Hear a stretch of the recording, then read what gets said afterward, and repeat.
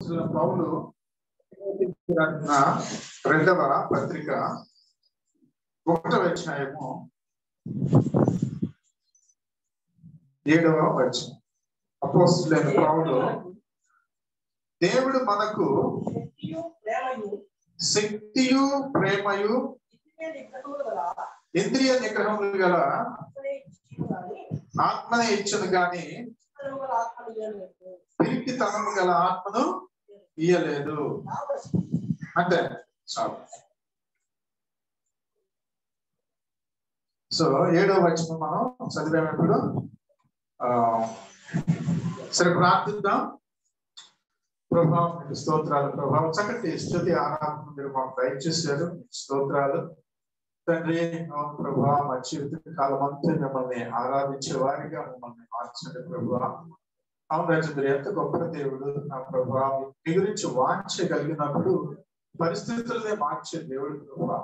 తండ్రి దుస్తులు ఎన్ని రకాలుగా ఆటంకాలు కల్పించాలని ఎదురు చూసినప్పటికి కూడా మరి తండ్రి ఆటంకాలన్నింటినీ కూడా మీరు నా ప్రభా మీరు మార్చగలిగిన గొప్ప దేవుడు, శక్తి కలిగిన దేవుడు ప్రభా. మీరు అది మా జీవితాలలో సాక్ష్యాల ద్వారా నిరూపిస్తున్నందుకై కూడా మీకు స్తోత్రం.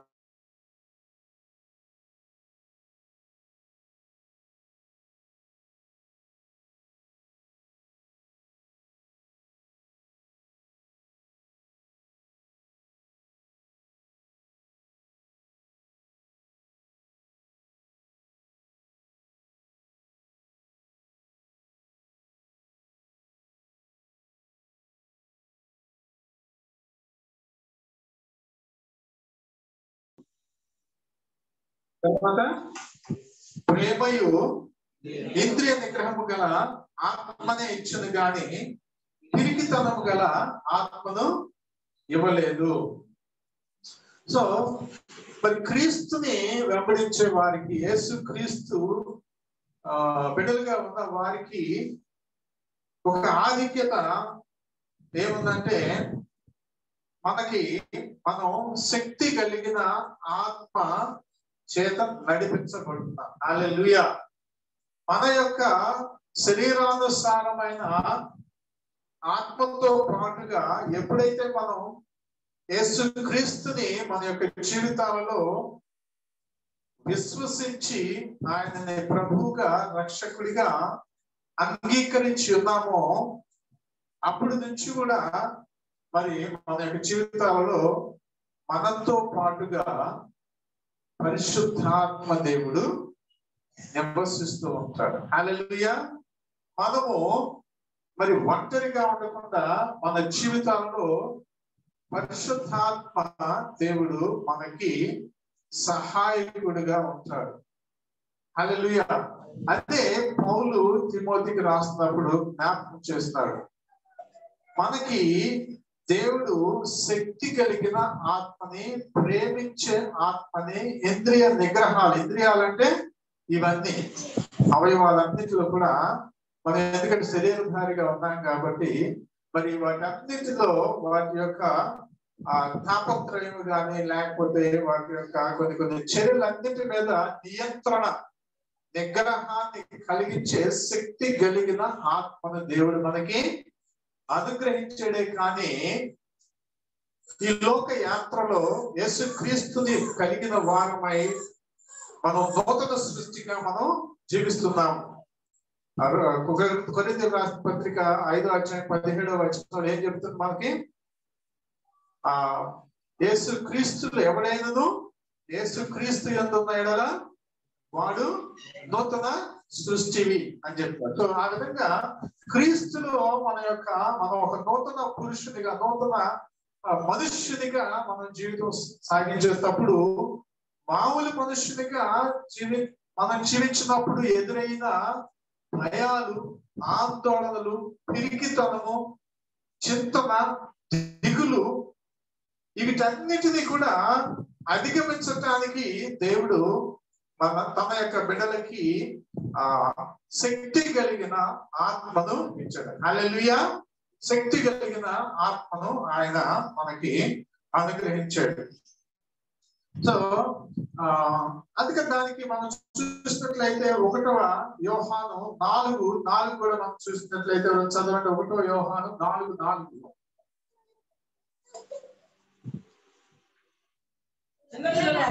చిన్నపిల్లలారా మీరు దేవుని సంబంధులు, మీలో ఉన్నవాడు లోకములో ఉన్నవాడి కంటే గొప్పవాడు కనుక మీరు వారిని జయించున్నారు. హల్లెలూయా.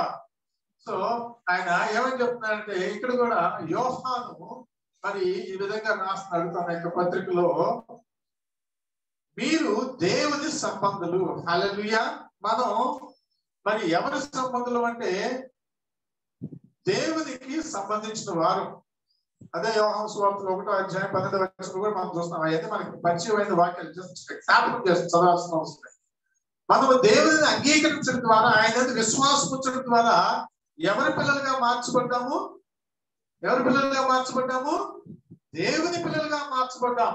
రక్త మాంసములలో మనం జన్మించినప్పటికీ కూడా మన ఈ లోకానుసారమైన తల్లిదండ్రులు, శరీరకరమైన తల్లిదండ్రులు ఉన్నప్పటికీ కూడా ఎప్పుడైతే యేసుక్రీస్తుని మన యొక్క జీవితాలలో రక్షకునిగా అంగీకరించడం ద్వారా మనం ఎవరి సంబంధం అయిపోయాము?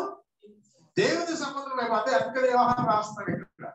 అందుకని ఆయన చెప్తున్నాడు, మీరు దేవుని సంబంధులు, మీలో ఉన్నవాడు ఈ లోకంలో ఉన్నవాడి కంటే గొప్పవాడు కనుక మీరు వారిని జయించున్నాడు. హల్లెలూయా. సో అది ప్రియులారా మన యొక్క ఆధిక్యత. నేను చెప్పాను కదా, దేవుని బిడ్డలకున్న ఆధిక్యత ఏంటంటే మీలో అంటే మనలో ఉన్నవాడు ఈ లోకంలో ఉన్నవాడి కంటే కూడా గొప్పవాడు. ఎవరు మనలో ఉన్నది?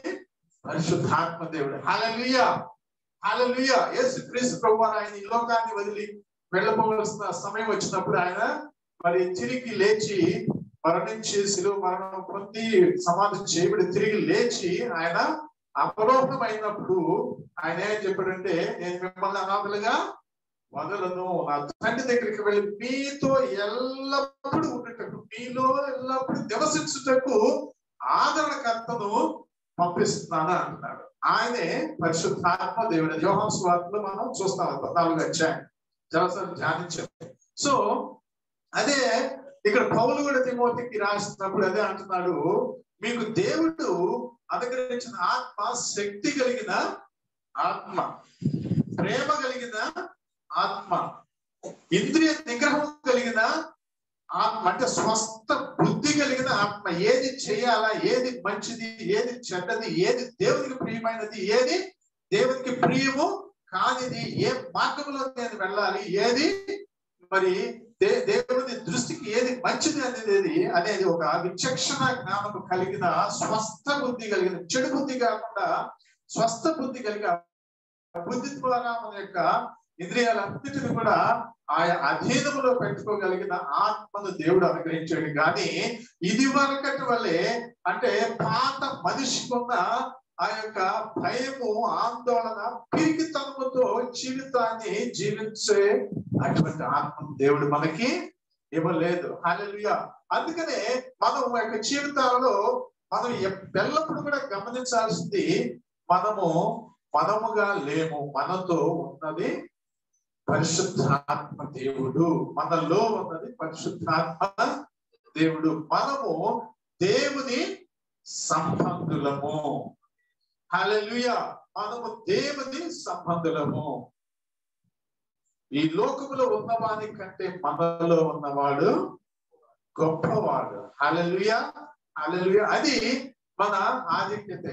అందుకనే ఇప్పుడు మనం విన్న సాక్ష్యాలు కూడా మనం గమనించినట్లయితే మరి దేవుని కార్యం కోసం ఎంతో ప్రయాసంతో మరి ఎంతో ప్రయాసపడతాడు. అయినప్పటికీ కూడా మరి ఈ లోకంలో ఉన్నవాడు వాడు కూడా చాలా ఆటంకపరచాలని అనేక రకాలుగా ప్రయత్నించాడు. మొదట్లో వర్షాన్ని తీసుకుని వచ్చాడు. బోరున వర్షం, నార్మల్ వర్షం అయినా కూడా ఇది మనం ఇది అనుకునేవాడు. పూర్ణ వర్షంలో కూడా బయలుదేరినప్పుడు కూడా అక్కడ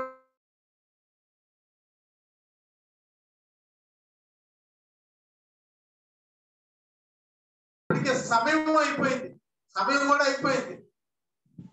ఎన్ని రకాలుగా దుష్టుడు మరి మనలో ఉన్న ఆత్మను, అంటే శారీరకమైన ఆత్మను ఏమంటాడు, నిరుత్సాహపరచడానికి, ఒక రకమైన భయానికి గురి చేయటానికి ఎంత ప్రయత్నించినప్పటికీ కూడా దేవుని ఆత్మ మనకు ఒక నిరీక్షణ ఇస్తుంది.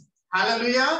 ఎలాగైనా మేము దేవుని సన్నిధికి వెళ్తాం, ఎలాగే ఈ కార్యము జరిగింది అనేది ఆ మనలో ఉన్న దేవుని ఆత్మ ద్వారా ఒక నిరీక్షణలోనికి మనం నడిపిస్తాం. ఆ పిరికితనాన్ని ఓవర్టేక్ చేస్తాం, ఆ అసంతృప్తిని లేకపోతే ఆ నిరుత్సాహాన్ని ఓవర్టేక్ చేయడానికి మనలో ఉన్న పరిశుద్ధాత్మ దేవుడు మనకి సహాయము చేస్తాడు. ఆ దీక్షని జరుగుతుంది. హల్లెలూయా, హల్లెలూయా. సో అది ఎప్పుడైతే ఆ విధంగా మనం ఆ నిరీక్షణతో అది జ్ఞాపకం చేసుకోవాలి. అది ఒక్కోసారి మనకి పూర్తిగా వచ్చేస్తుంది నిరుత్సాహం. అయినప్పటికీ కూడా దేవుని క్రియ, దేవుని పని, దేవుని నిమిత్తమై నేను ఇది తలపెట్టాను, ఇది జరగాలి అని అనుకున్నప్పుడు మనం ఎన్ని ప్రయత్నాలు వచ్చినా, ఎన్ని ఆటంకాలు వచ్చినప్పుడు కూడా పరిశుద్ధాత్మ దేవుడు, ప్రభువా మీరు నాలో ఉన్నారు, ఇది జరిగించండి, ఇది జరిగిస్తారు, నేను దీని గురించి భయపడతలేదు అని ఒక్కసారిగా మనలో నివసిస్తున్న పరిశుద్ధాత్మను, ఈ యొక్క పరిశుద్ధాత్మ దేవుని యొక్క శక్తిని ఆశ్రయించినట్లయితే తప్పనిసరిగా అది ఎంత లేట్ అయినా కూడా కానివ్వండి, అది ఎంత ఆటంకం వచ్చినా కూడా కానివ్వండి, ఎన్ని అవరోధాలు వచ్చినా కూడా కానివ్వండి, దేవుడు అది నెరవేరుస్తాడు. హల్లెలూయా. మేము పోయేవారికి నాకే చాలా ఆశ్చర్యం వేస్తుంది. వాళ్ళందరూ వర్షం పడుతుంది, అది దాన్ని ఏమంటారు, వాటర్ ప్రూఫ్ కాపాలి కూడా లోపల వర్షం పడుతున్నారు, టెంట్ లో వర్షం పడుతుంది. వీళ్ళందరూ చిన్న చెప్పిన విధంగా సర్దుకుని అంతా కూర్చున్నారు. మొహంగానే అంతా అయిపోయినారు. లేదు లేదు, అప్పటికప్పుడు ఆ మాస్టర్ గారు అన్ని చక్కగా మళ్ళీ మైండ్ అన్ని కూడా ఫిక్స్ చేసేసి అనే దేవుని ఆరాధిద్దాం, కొద్దిసేపు దేవుని వాక్యాన్ని విద్దాం అనే వరకు అందరూ అటెన్షన్లోకి వచ్చారు.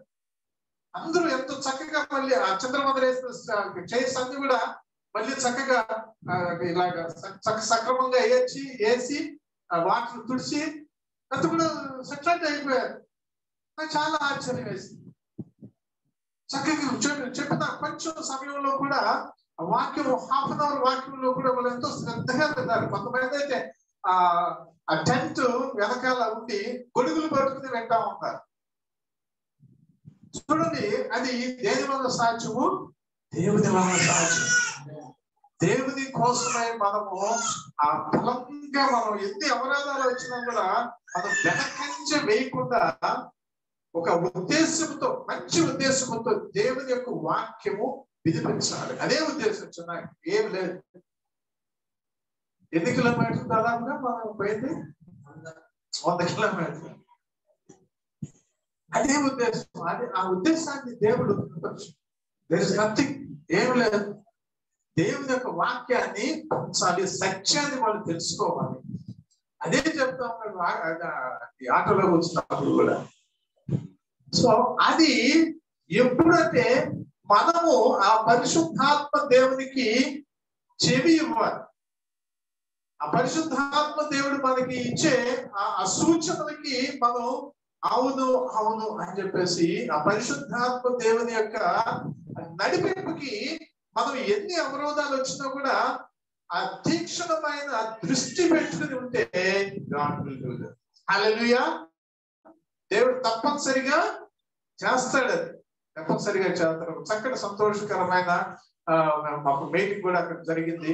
ఆ ఇంట్లో కూడా పోయి వాళ్ళ తల్లిగారు 1 year వరకు 1 year నుంచి ఆ సంఘానికి కూడా పోవట్లేదండి, స్థానిక సంఘానికి. ఆమెతో కూడా మాట్లాడటానికి, వాళ్ళు చక్కగా వినడానికి మాకు దేవుడు ఒక అవకాశం ఇచ్చాడు. దేవుని స్తోత్రం. అలాగే రవి యొక్క సాక్ష్యంలో కూడా చూస్తే మరి తనకు ఒక దీక్ష ఉంది. అది ఎవరు కలిగి చేస్తున్నాడు? రవిది కాదు. రవిలో ఉన్న దేవుని ఆత్మ, శక్తి కలిగిన ఆత్మ, ఆ శక్తి కలిగిన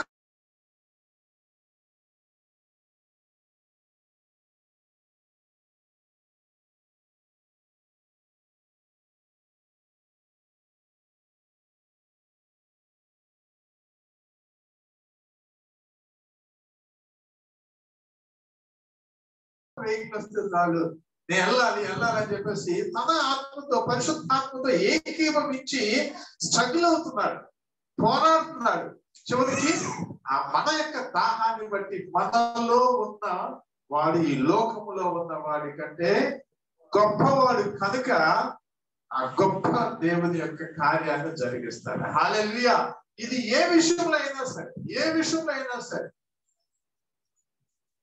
దేవుని యొక్క ఆత్మ మనం ఈరోజు జ్ఞాపకం చేసుకోవాల్సింది, మనలో దేవుడు మనకి శక్తి కలిగిన ఆత్మను ఇచ్చాడు. కానీ పరిస్థితులను చూసి మనము భయపడి, దిగులు పడి, నిరుత్సాహపడి వెనకంజ వేసే వారిగా ఉండకూడదు. హల్లెలూయా. ఎందుకంటే మనము దేవుని సంబంధులు. ఒకప్పుడైతే ఈ లోక ప్రజలుగా ఉన్నాం, ఇప్పుడైతే దేవుని సొంత జనముగా ఉన్నాం. హల్లెలూయా. దేవుని సొంతైన ప్రజలుగా మనము ఉన్నాము. అంతేకాకుండా మనం రోమీయులకు రాసిన పత్రిక కాదు, 1వ కొరింథీయులకు రాసిన పత్రిక 3:16 చదవండి ఎవరైనా. 1వ కొరింథీయులకు రాసిన పత్రిక 3:16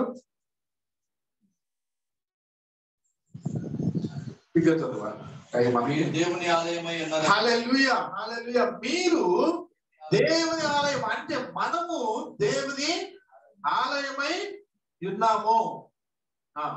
దేవుని ఆత్మ మీలో నివసిస్తుంది. దేవుని ఆత్మ మీలో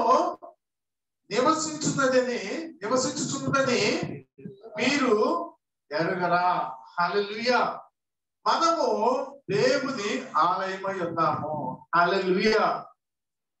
దేవుని ఆత్మ మనలో నివసిస్తున్నది. హల్లెలూయా.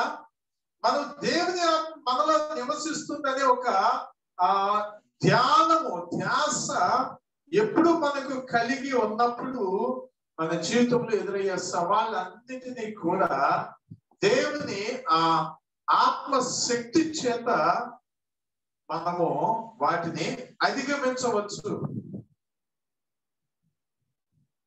దేవుని ఆత్మ చేత కొంతమంది దేవుని యొక్క బిడ్డలు, దేవుని యందు విశ్వాసం ఉంచిన భక్తులు, వాళ్ళు మరి అనేకమైన గొప్ప కార్యాలు కూడా మనం చేసినట్లుగా మనం చూస్తున్నాము. మరి సంసోను గురించి కూడా మనకు తెలుసు. సంసోను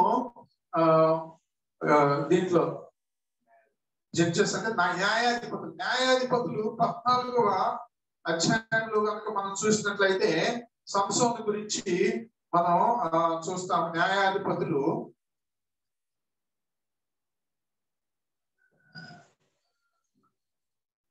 14వ అధ్యాయము 5-6 వచనాలు. అప్పుడు సంసోను తన తల్లిదండ్రులతో కూడా తిమ్నాతుకు పోయి తిమ్నాతు ద్రాక్ష తోట వరకు వచ్చినప్పుడు కొదమ సింహం అతని ఎదుడికి బొబ్బరించుతూ వచ్చెను. యెహోవా ఆత్మ అతనిని ప్రేరేపించగా అతని చేతిలో ఏమీ లేకపోయినను ఒకడు మేక పిల్లను చీల్చినట్లు అతడు దానిని చీల్చను. హల్లెలూయా. ఇక్కడ చూడండి, సంసోను మరి వాళ్ళ తల్లి గారు సంసోన్ని గురించి ఒక దేవుని సన్నిధిలో మొరపెట్టుకున్నప్పుడు, దేవునికి సంసోను పుట్టిన తర్వాత దేవునికి అర్పించినప్పుడు మరి ఆ సంసోను మరి ఆ దేవుని యొక్క ఆత్మ చేత నడిపించబడుతున్నాడు. చూడండి, తన యొక్క తల్లిదండ్రులతో కలిసి ఒక స్థలానికి, తిమ్నాతు అనే స్థలానికి వెళ్తున్నప్పుడు అక్కడ ద్రాక్ష తోట వచ్చినప్పుడు, అంటే తల్లిదండ్రులే కొంచెం ముందుగా వెళ్తూ ఉండొచ్చు, తను వెనకాల వెళ్ళిగా వస్తూ ఉన్నప్పుడు మరి ఆ ద్రాక్ష తోట నుంచి సడన్ గా తన పైకి ఏమొచ్చింది? ఒక కొదమ సింహం, అంటే యంగ్ లైన్. కొదమ సింహం అంటే ముసలి సింహం కాదు, యంగ్, బాగా బలిసిన లేకపోతే బాగా యంగ్ గా ఉండే బలము గల సింహం అది వచ్చి బొబ్బరిస్తూ వచ్చినప్పుడు మరి ఆ సమయంలో దేవుని ఆత్మ, యెహోవా ఆత్మ అతన్ని ప్రేరేపించగా, అతన్ని ఆవరించగా ఏం చేశాడు? భయపడ్డా? దేవుని ఆత్మ తనని ప్రేరేపించగా దాన్ని ఒక మేకప్ పిల్లని ఒకడు ఏ విధంగా చీల్చేస్తాడు, ఆ విధంగా చీల్చినట్లుగా మనము చూస్తున్నాం. సో ఎందుకు చెప్తుందంటే ఈ శారీరకమైన అక్కడ పౌలు చెప్పిన మాట, మీకు దేవుడు శక్తి కలిగిన ఆత్మను, ప్రేమ కలిగిన ఆత్మను, ఇంద్రియ నిగ్రహం కలిగిన ఆత్మను ఇచ్చాడంటే అది ఆ శక్తి అనేది రెండు రకాల శక్తి. ఒకటి శారీరకమైన శక్తి, రెండోది అంతరంగమైన శక్తి కూడా. అంటే అంతరంగమైన శక్తి ద్వారా మనం శరీర కార్యాలని అణిచివేయటానికి కావలసిన బలాన్ని, శక్తిని దేవుడు అనుగ్రహిస్తాడు. బహిరంగంగా మనకి ఎదురయ్యే పోరాటాలను కూడా జయించటానికి బహిరంగకరమైన శక్తిని కూడా దేవుడు మనకి అనుగ్రహిస్తాడు అన్నమాట. ఎందుకంటే మనము దానికి కారణము దేవుని ఆత్మ. హల్లెలూయా, దేవుని ఆత్మ. ఇదే నేను చెప్పిన విధంగా మనకి ఉన్న ఒక ఆధిక్యత, క్రీస్తులో ఉన్న వారికి ఒక ఆధిక్యత ఏంటంటే, క్రీస్తులో ఉన్నవారు ఒంటరిగా ఉండరు కానీ దేవుని ఆత్మ చేత నడిపించబడుతున్నాడు. హల్లెలూయా. ఏ సమయంలోనైనా కూడా వారు ఒంటరి వారు కాదు. మధ్యరాత్రి 3 గంటల సమయంలో రోడ్డు మీద ఉన్న రవి ఒంటరి వాడు కాదు. ఎవరు ఉన్నారు మనలో? దేవుని ఆత్మ. నీలోను నాలోను క్రీస్తుని కలిగి ఉన్న నీలోను నాలోను పరిశుద్ధాత్మ శక్తి కలిగిన ఆత్మ మనం కలిగి ఉన్నాము. ఆ ఆత్మ చేత నడిపించబడుతూ ఉన్నాం. సో అంతేకాకుండా మనం చూసినట్లయితే సౌలు గురించి కూడా మనం చూసినట్లయితే మనం చూస్తున్నాము. మొదటి రాజు, ఇశ్రాయేలీయులకి మొదటి రాజు సౌలు కూడా మనం చూసినట్లయితే అదే 1వ శామ్యూయల్లో 10వ అధ్యాయంలో మనం చూసినట్లయితే 1వ శామ్యూయల్ 10వ అధ్యాయము 1వ వచనం చూసినట్లయితే అప్పుడు సమూయేలు తైలము ముడి పట్టుకొని సౌలు తల మీద తైలం పోసి అతను ముందు పెట్టుకుని, యెహోవా నిన్ను అభిషేకించి తన స్వాస్యం మీద అధిపతిగా నియమించి ఉన్నాడు అని చెప్పి ఇలాగూ సెలవించను. ఓకే, అంతవరకు. తర్వాత 6వ వచనం చదువుదాం. యెహోవా ఆత్మ నీ మీదకి బలముగా దిగి వచ్చును, నీవు వారితో కలిసి ప్రకటన చేయుచుండగా నీకు క్రొత్త మనసు వచ్చును, దేవుడు నీకు తోడుగా ఉన్నది కనుక ఈ సూచనలు నీకు సంభవించిన తరువాత నీకు మంచిదని తోచిన దానిని చేయుము. హల్లెలూయా. సో ఇక్కడ మరి సౌలు పశువులను కాసుకునే వ్యక్తి, సౌలుని మరి దేవుడు ఇశ్రాయేలీయులకి రాజుగా ఎంచుకుని మరి సమూయేలు ప్రవక్తని పంపించి తనని అభిషేకము చేస్తాడు. సమూయేలు చెప్తున్నాడు, అభిషేకం చేసిన తర్వాత నీ మీదకి దేవుని యొక్క ఆత్మ, యెహోవా ఆత్మ నీ మీదకి బలముగా దిగి వస్తుంది అని చెప్తున్నాడు అన్నమాట. సో తర్వాత మనం 10వ వచనంలో చూసినట్లయితే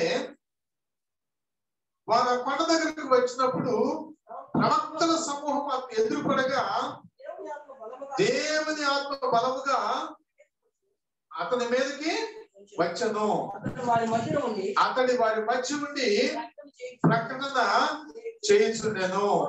హల్లెలూయా. ఓకే, సో ఇది ఎంత మనం చూస్తున్నాము. ఎప్పుడైతే మరి మనము యేసు క్రీస్తుని మన యొక్క జీవితాలలో, మరి అది పాత నిబంధనలో మనం యెహోవా దేవునిగా చూస్తున్నాం అన్నమాట. మరి క్రొత్త నిబంధనలో కనుక మనం చూసినట్లయితే యేసు క్రీస్తుని మనం ఎప్పుడైతే మరి దేవునిగా అంగీకరిస్తున్నామో, రక్షకునిగా అంగీకరిస్తున్నామో, అప్పుడు మరి మనం బాప్తిస్మం తీసుకునే సమయంలో కూడా మనం చూస్తున్నాం 3 కార్యాలు మనం జరుగుతుంది అన్నమాట. ఒకటి ఏం జరుగుతుంది చెప్పండి, బాప్తిస్మం తీసుకున్నామని చెప్పాలి. ఆకాశము తెరవబడుతుంది. 2 పరిశుద్ధాత్మ దేవుడు పావురం వలె వస్తున్నట్లుగా మనం చూస్తున్నాం అన్నమాట. మన మీద వాడుతున్నట్లుగా చూస్తున్నాం. మూడోది, ఈయన నా ప్రియ కుమారుడు, ఈయన నేను ఆనందిస్తున్నాను అని ఈ 3 సాక్ష్యాలు కూడా మన పట్ల, అంటే ఎవరైతే యేసు క్రీస్తుని రక్షకుడిని అంగీకరిస్తారో వాళ్ళకి ఇది జరుగుతుంది. అంటే పరిశుద్ధాత్మ దేవుని యొక్క నింపుదల పొందుతున్నాము, పరిశుద్ధాత్మ దేవుని యొక్క ఆవరింపు మన మీదకి వస్తుంది. హల్లెలూయా. ఎప్పుడైతే ఆ విధంగా, ఇప్పుడు పాత నిబంధనలో అభిషేకం అనేది, అంటే తైలపు అభిషేకం అనేది, మరి అది ఒక బాప్తిస్మగా గుర్తించవచ్చు. తైలపు అభిషేకం ఎప్పుడైతే అభిషేకం చేసినప్పుడు వాళ్ళ మీదకి దేవుని యొక్క యెహోవా ఆత్మ వస్తున్నట్లు, బలముగా వస్తున్నట్లుగా మనం చూస్తాం. సో ఆ విధంగా అసలు ఏమీ లేదు ఒక వ్యక్తి ఆ పశువులను కాసుకునే ఆ యొక్క వ్యక్తి మీద మరి పరిశుద్ధాత్మ దేవుడు వచ్చినప్పుడు తను బలమైన రాజుగా మారుతున్నాడు అనమాట. అక్కడ మరి అమ్మోనీయుడైన ఒక అతను వచ్చి, సమయం లేదు, మన 11వ అధ్యాయంలో తర్వాత చదువుకుంటే, అదే సమయాల కన్నా 11వ అధ్యాయంలో అమ్మోనీయుడైన నాహోషు బయలుదేరి 50 లాదు ఎదురుగా దిగి వచ్చినప్పుడు యాబేషు వారందరూ మేము నీకు సేవ చేయడము, మాతో నిబంధన చేయమని. సో ఇప్పుడు ఇశ్రాయేలు మీదకి వీళ్ళు అమ్మోనీయులు వచ్చారు. అమ్మోనీయులు అనే వాళ్ళలో ఆ నాహోష్ అనే అతను మరి ఇశ్రాయేలు దగ్గరికి వచ్చే వారికి వాళ్ళు కొంచెం మరి భయపడుతూ, మేము మీకు సేవ చేస్తాం, మాతో నిబంధన చేయమని చెప్పినప్పుడు అతను ఏదో చెప్తున్నారు. తర్వాత మనం ఏది ధ్యానం చేయడానికి కాదు కానీ తర్వాత 4వ వచనం చూద్దాం. 4వ వచనం నుంచి, దూతలు సౌలు గిబియాకు వచ్చి జనులకు ఆ వర్తమానము తెలియచెప్పగా జనులందరూ బిగ్గరగా ఏడ్చారు. ఎందుకంటే ఏం చెప్తాడంటే, వాళ్ళకి వచ్చిన వర్తమానం ఏంటంటే, మీ ఇశ్రాయేలు అందరి మీదకి నింద తెచ్చినట్లు మీ అందరి కుడికన్నులని ఓడదీయునని మీతో నిబంధన చేస్తాను, మీ అందరికి కుడికన్నులు కూడా నేను ఓడదీస్తానని ఇశ్రాయేలులకు అతను బెదిరిపిస్తున్నాడు అనమాట. ఆ విధంగా మీరు చేస్తే మిమ్మల్ని నేను చేస్తాను, లేకపోతే మీరు నాకు బానిసలై ఉండాలి, లేకపోతే మీరు నాకు అణిగిమణిగి ఉండాలని చెప్పినప్పుడు మరి ఆ దూతలందరినీ కూడా వీళ్ళు పంపించి ఆ రాజ్యం అంతటి మీద కూడా పంపించి మరి సౌలు దగ్గరికి వచ్చారు. సౌలు దగ్గరికి వచ్చేసి ఆ దూతలు ఈ విధంగా చెప్తూ జనులందరూ కూడా ఏడుస్తున్నారు అన్నమాట. ఏడ్చినప్పుడు ఏం చేస్తున్నాడు సౌలు? ఏం చేస్తున్నాడు? 5వ వచనం, సౌలు పొలము నుండి పశువులను తోలుకొని వచ్చు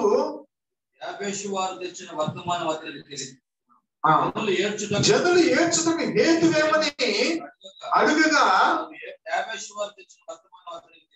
వారు యాబేషు వారు తెచ్చిన వర్తమానం వారికి తెలియజేసి, సౌలు ఆ వర్తమానం వినగానే దేవుని ఆత్మ అతని మీదకి బలముగా వచ్చును. అతడు అత్యాగ్రహుడై ఒక కాడి ఎడ్లను తీసి తునకలుగా చేసి ఇశ్రాయేలు దేశంలోని నలుదిక్కులకు దూతల చేత వాటిని పంపి సౌలుతోనూ సమూయేలుతోనూ చేరకుండు వాడెవడో వాడి ఎట్లను నేను ఈ ప్రకారంగా చేయనని వర్తమానము చేస్తున్నాను. అందువల్ల యెహోవా భయము జనుల మీదకి వచ్చాను. సో ఇక్కడ చూసినట్లయితే ఎందుకు చెప్తున్నా ఈ ప్యాసేజ్ మీకు, యెహోవా ఆత్మ, దేవుని ఆత్మ దేవుని బిడ్డలపైకి వచ్చినప్పుడు వాళ్ళు బలం పొందుతారు. సూపర్ న్యాచురల్ స్ట్రెంగ్త్ అంటే ఈ ప్రకృతికి విరుద్ధమైన రీతిలో బలము.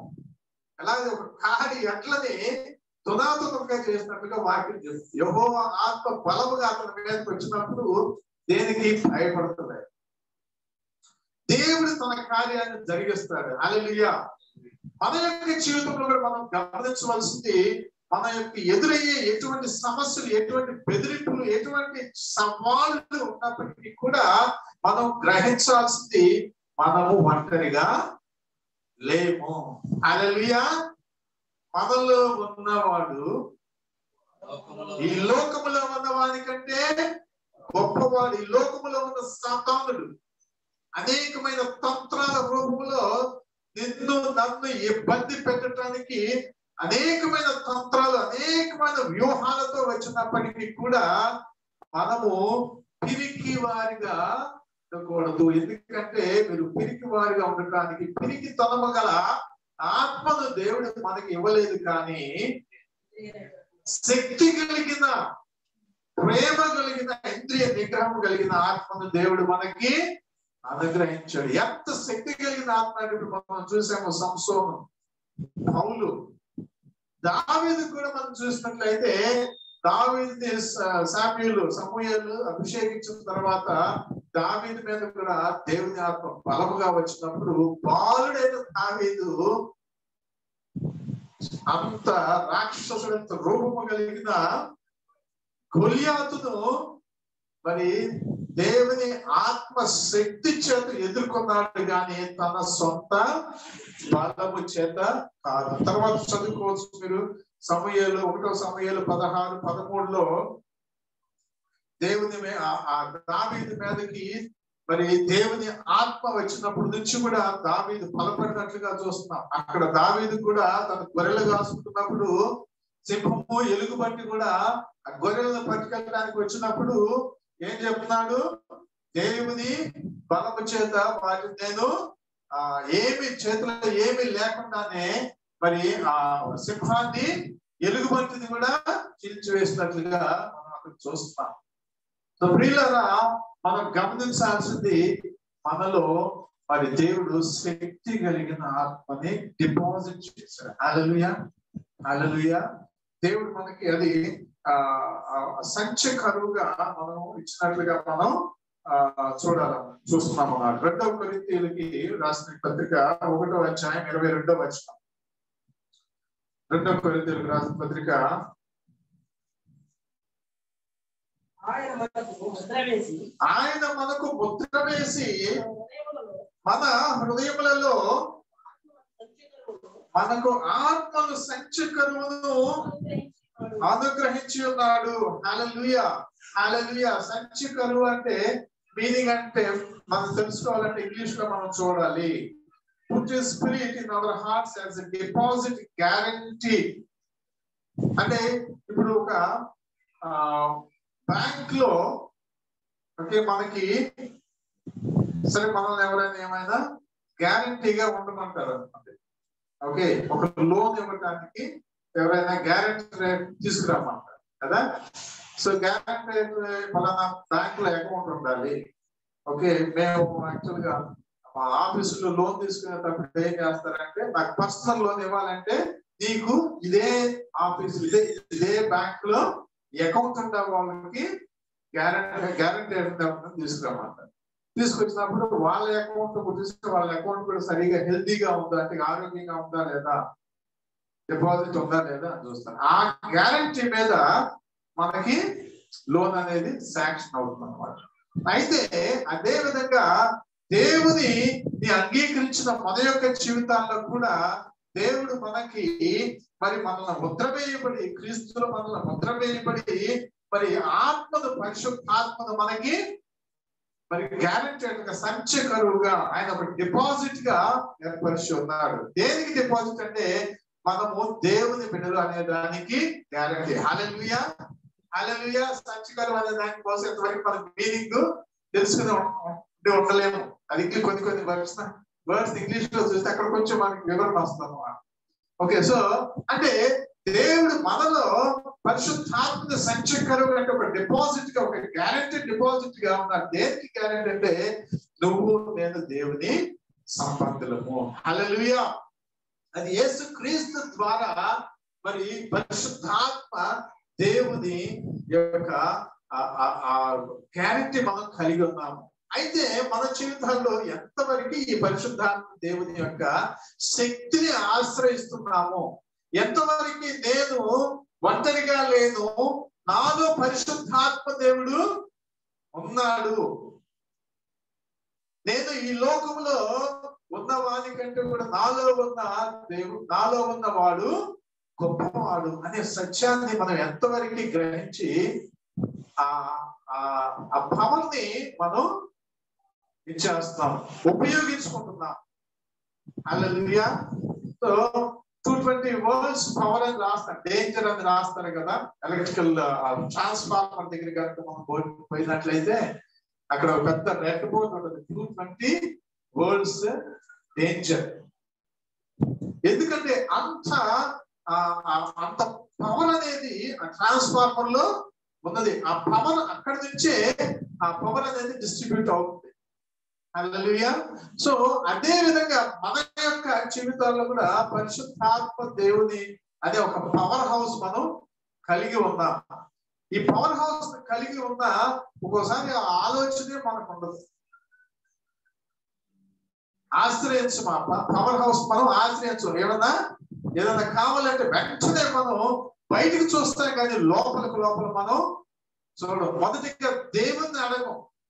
మనలో నివసిస్తున్న ఆ శక్తి కలిగిన ఆత్మ వైపు మనము చూడము. ఎందుకంటే ఇంతకాలం కూడా మనం లోకములో జీవించాం కాబట్టి లోకస్తుల దృష్టి మనకు ఉంటది. లోకం వైపు మనం చూస్తాం, కానీ మనం దేవుని వైపుకి మనం చూడం. అందుకని జ్ఞాపకం చేస్తున్నాడు, నాకు సాక్షులుగా ఉండాలంటే మీరు మరి మీకు కలిగిన ఆత్మ, శక్తి కలిగిన ఆత్మగా గుర్తించాలి. పౌలు తిమోతికి రాస్తుంది, ఏ సందర్భంలో రాస్తాడంటే నా శ్రమలను నాలో పాటు నా శ్రమలతో పాలి భాగస్తుడిగా ఉండుటకు, సాక్షిగా నిలబడుటకు నువ్వు గమనించు, నీలో ఉన్నది పరిశుద్ధాత్మ, శక్తి కలిగిన ఆత్మ, ప్రేమ కలిగిన ఆత్మ, ఇంద్రియ నిగ్రహం కలిగిన ఆత్మ అని పౌలు అక్కడ జ్ఞాపకము చేస్తున్నట్లుగా మనం చూస్తున్నాం అన్నమాట. సో అంతేకాకుండా యేసుక్రీస్తు ప్రభు వారు కూడా మనం చూస్తున్నాము, ఆయన ఆత్మ పూర్ణుడై దేవుని కార్యాలని చేసినట్లుగా మనం చూస్తున్నాం. ఆయన 40 దినాలు 40 రాత్రులు కూడా ఉపవాసం ఉండిన తర్వాత, పరిశుద్ధాత్మ చేత నింపబడిన తర్వాత, ఆత్మ శక్తి చేత, ఆత్మ బలము చేత గొప్ప గొప్ప కార్యాలని దేవుని నామములో, తండ్రి అయిన దేవుని నామములో ఆయన చేశాడు. అంతేకాకుండా యేసుక్రీస్తుని మృతులలో నుండి లేపిన ఆత్మ కూడా దేవుని ఆత్మ, పరిశుద్ధాత్మ. హల్లెలూయా. సో అటువంటి మరి శక్తి కలిగిన ఆత్మని నువ్వు నేను మనము సంచకరువుగా, ఒక డిపాజిట్ గా మనము కలిగి ఉన్నాము. కాబట్టి ఆ ఆత్మ యొక్క శక్తిని ఆధారం చేసుకుని మన యొక్క జీవితాలలో మనం మరి జీవించే వారిగా ఉండాలి. అయితే ఈ చెప్పబడిన సౌలు గాని సంసోను గాని వాళ్ళు దేవుని ఆత్మ చేత నడిపించబడినంత వరకు కూడా వారు గొప్ప గొప్ప కార్యాలు చేశారు. ఎప్పుడైతే వాళ్ళు దేవుని ఆత్మకు విరోధంగా వారి సొంత ఆత్మ చేత నడిపించబడ్డారు, అప్పుడే వారు పడిపోయారు, శక్తిని కోల్పోయారు. వాళ్ళ యొక్క జీవితం అనేది మరి డిజాస్టర్ అయిపోయింది, అంటే ఫెయిల్ అయిపోయారు, నాశనం అయిపోయారు. హల్లెలూయా. సో ఇది మన యొక్క జీవితాల్లో కూడా హెచ్చరిక కలిగి ఉండాలి. ఆ సంసోను ఏం చేశాడు? సంసోను మరి స్త్రీ లోలుడై తను ఆ యొక్క వ్యభిచారానికి గురి అయ్యి దేవుని ఆత్మని కోల్పోయాడు. అంటే తన ఆత్మ, తన ఇచ్చ ద్వారా దేవుని యొక్క ఆత్మని కోల్పోయి చివరికి తన యొక్క కళ్ళని ఓడబెరికేశారు. ఎవరు? అన్యులు, ఫిలిస్తీన్లు తన కళ్ళని, ఒకప్పుడు వాళ్ళని ఎదిరించిన వ్యక్తి, మరి అటువంటి వ్యక్తి కేవలము తన యొక్క శరీర ఆత్మకి చెవి ఒకటి మూలాన, శరీరానుసారంగా నడుచుకోవటం మూలాన దేవుని యొక్క ఆత్మ శక్తిని, బలాన్ని కోల్పోయాడు. వ్యసనాలకి బానిసయ్యి దేవుని యొక్క ఆ పరిశుద్ధతని, దేవుని యొక్క శక్తి కలిగిన ఆత్మ కోల్పోయిన తర్వాత మనం చూసినట్లయితే తన యొక్క ఆ చివరి మరణము దశ ఎంతో వేదనకరమైన కార్యంగా మనం చూస్తాం. అలాగే సౌలు కూడా మరి దేవుడు తన ఒక పశువుల కాపరిని తీసుకొచ్చి సింహాసనం మీద కూర్చోబెడితే సునకాన్ని సింహాసనం తీసుకుని అధిరోహించినట్లుగా సామెత ఒకటి ఉంటుంది. కుక్క తీసుకెళ్లి సింహాసనం మీద కూర్చోబెట్టినట్లుగా ఆ బుద్ధిని తను కొంతకాలం అయితే అది అలాగే ఉండాలి, కానీ తర్వాత దేవుని యొక్క మరి దేవునికి విరోధంగా, అంటే తన యొక్క సొంత ఆలోచన, తన యొక్క సొంత మరి ఆత్మ ఏమి నడిపిస్తుంది ఆ విధంగా మరి దేవుని యొక్క డైరెక్షన్ కి, దేవుని యొక్క మాటలకి అవిధేయుడిగా ఉండటం మూలాన, దేవునికి కోపం తెప్పించడం మూలాన దేవుని ఆత్మను తను కోల్పోయాడు. శక్తి కలిగిన ఆత్మను కోల్పోయాడు. ఒక పశువుల కాపరిగా ఉన్న వ్యక్తిని మరి ఒక రాజు సింహాసనంలో కూర్చోబెట్టగలిగిన శక్తి కలిగిన దేవుని ఆత్మను తను తన యొక్క సొంత ఆత్మ, సొంత ఆలోచన, సొంత కార్యాలు, దేవునికి అవిధేయుడైన కార్యాల ద్వారా ఆత్మను కోల్పోయి ఆ యొక్క పదవి నుంచి తొలగించబడ్డాడు. సో మన యొక్క జీవితాల్లో కూడా మరి పౌలు అయితే చెప్తున్నాడు, మీకు దేవుడు అనుగ్రహించింది ప్రేక్తనం కలిగిన ఆత్మ కాదు, కానీ శక్తి కలిగిన ఆత్మ, ప్రేమ కలిగిన ఆత్మ, ఇంద్రియ నిగ్రహం కలిగిన ఆత్మనే. అయితే ఆ ఆత్మని మనము ఎల్లప్పుడూ కూడా ఆశ్రయించే వారిగా ఉండాలి. ఆశ్రయించే వారిగా ఉండాలంటే దేవునిలో మన యొక్క జీవితము ఎప్పుడు కూడా ఉండాలి. సంఘ జీవితం ఉండాలి. దేవుని వాక్యము, దేవుని సన్నిధిలో ప్రార్థనతో కూడిన జీవితం. ఎప్పుడైతే ఆ విధమైన ధ్యాస కలిగిన జీవితం మనలో ఉంటుందో అప్పుడు పరిశుద్ధాత్మలో మనము ఎదుగుతూ ఉంటాము. ఆయన యొక్క ఆ శక్తిని కూడా మన యొక్క జీవితాల్లో మనం అనుభవిస్తూ ఉంటాము. ఈ లోకంలో మనకు ఎదురయ్యే ప్రతి వాటి మీద కూడా పరిశుద్ధాత్మ దేవుని శక్తి ద్వారా విజయము సాధిస్తూ ముందుకి సాగటానికి పరిశుద్ధాత్మ దేవుడు మనకి సహాయకారిగా ఉంటాడు.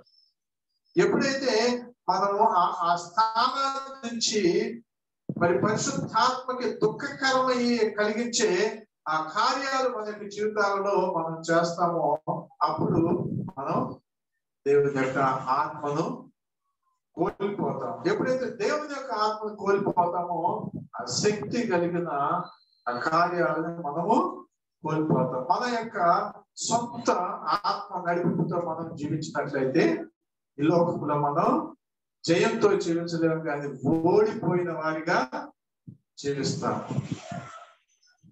సో అందుకని ప్రియులారా, యొక్క మధ్యాహ్న కాల సమయంలో మనం గమనించవలసింది, మన యొక్క జీవితాల్లో మనం శక్తి కలిగిన ఆత్మను కలిగి ఉన్నాము కాబట్టి మనం ఎల్లప్పుడూ కూడా ఆ యొక్క ఆత్మను, ఆ శక్తిని కాపాడుకునే వారిగా మన యొక్క జీవితాల్లో పరిశుద్ధతను కలిగి ఉండి దేవుని గురించిన దాహము, దేవుని సన్నిధిని వెదికే వారిగా, దేవుని యొక్క వాక్యాన్ని వినేవారిగా, దానికి విధేయత చూపించే వారిగా, దేవునిలో నాటబడిన వారిగా మన యొక్క జీవితాలు జీవించినట్లయితే ఆ యొక్క పరిశుద్ధాత్మ దేవుని యొక్క శక్తిని మనము అనుభవించగలము. సో ఈ సంవత్సరం మన యొక్క వాగ్దానం కూడా మనకి ఏమైంది, మనము ఏ విధంగా కట్టబడుతున్నామని దేవుడు మనకి బోధిస్తున్నాడు, ప్రామిస్ చేశాడు.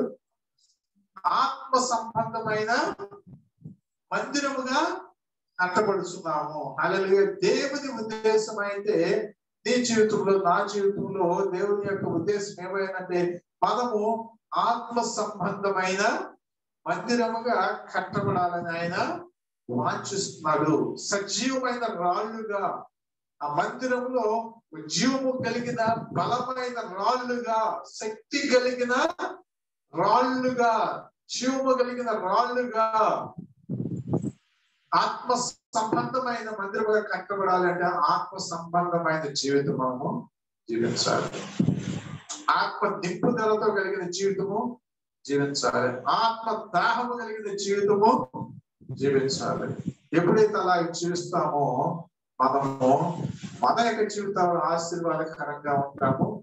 మన చుట్టుపక్కల ఉన్న వారి యొక్క జీవితాల్లో కూడా మనము ఆశీర్వాదకరంగా ఉంటాము. మనం ఆ విధంగా లేని ఎడల మన యొక్క జీవితాలు వ్యర్థంగా ఉంటాయి అన్నమాట. సో అందుకని మనము మరి ఈరోజు ఒక తీర్మానము కలిగి ఉందాము. మరి దేవుని ఆత్మ కలిగిన వారు అనే ఒక జ్ఞాపకము ఎల్లవేళ కలిగి ఉండాలి. ఆత్మను దుఃఖపరిచే కార్యాలు మనం ఏమాత్రము చేయకూడదు. పరిశుద్ధాత్మను దుఃఖపరిచే పరిశుద్ధాత్మని మనము ఆ లెక్క చేయలేని ఆ పరిస్థితిని, అంటే మన పాపపు కార్యాల ద్వారా, మన అవిధేయత కార్యాల ద్వారా, దేవుని యొక్క వాక్యానికి లోబడి జీవితం జీవించడం ద్వారా పరిశుద్ధాత్మను ఏం చేస్తాం? మనం దుఃఖపరుస్తాం. అటువంటి జీవితాన్ని జీవించకుండా మనం ఎల్లప్పుడూ కూడా దేవుని ప్రియపరిచే జీవితం జీవిస్తూ ఆ యొక్క ఆత్మశక్తిని మనం కలిగి ఆ యొక్క ఆత్మశక్తితో ధైర్యంగా ఈ లోకంలో మనకి ఎదురయ్యే సవాళ్ళని మనం ఎదుర్కొంటూ జయక్రీస్తు యొక్క బిడలుగా మనం ఈ లోకంలో జయకరమైన జీవితాలను జీవించడానికి దేవుడు మనకి కృపను అనుగ్రహించిన గాక. ఆమేన్.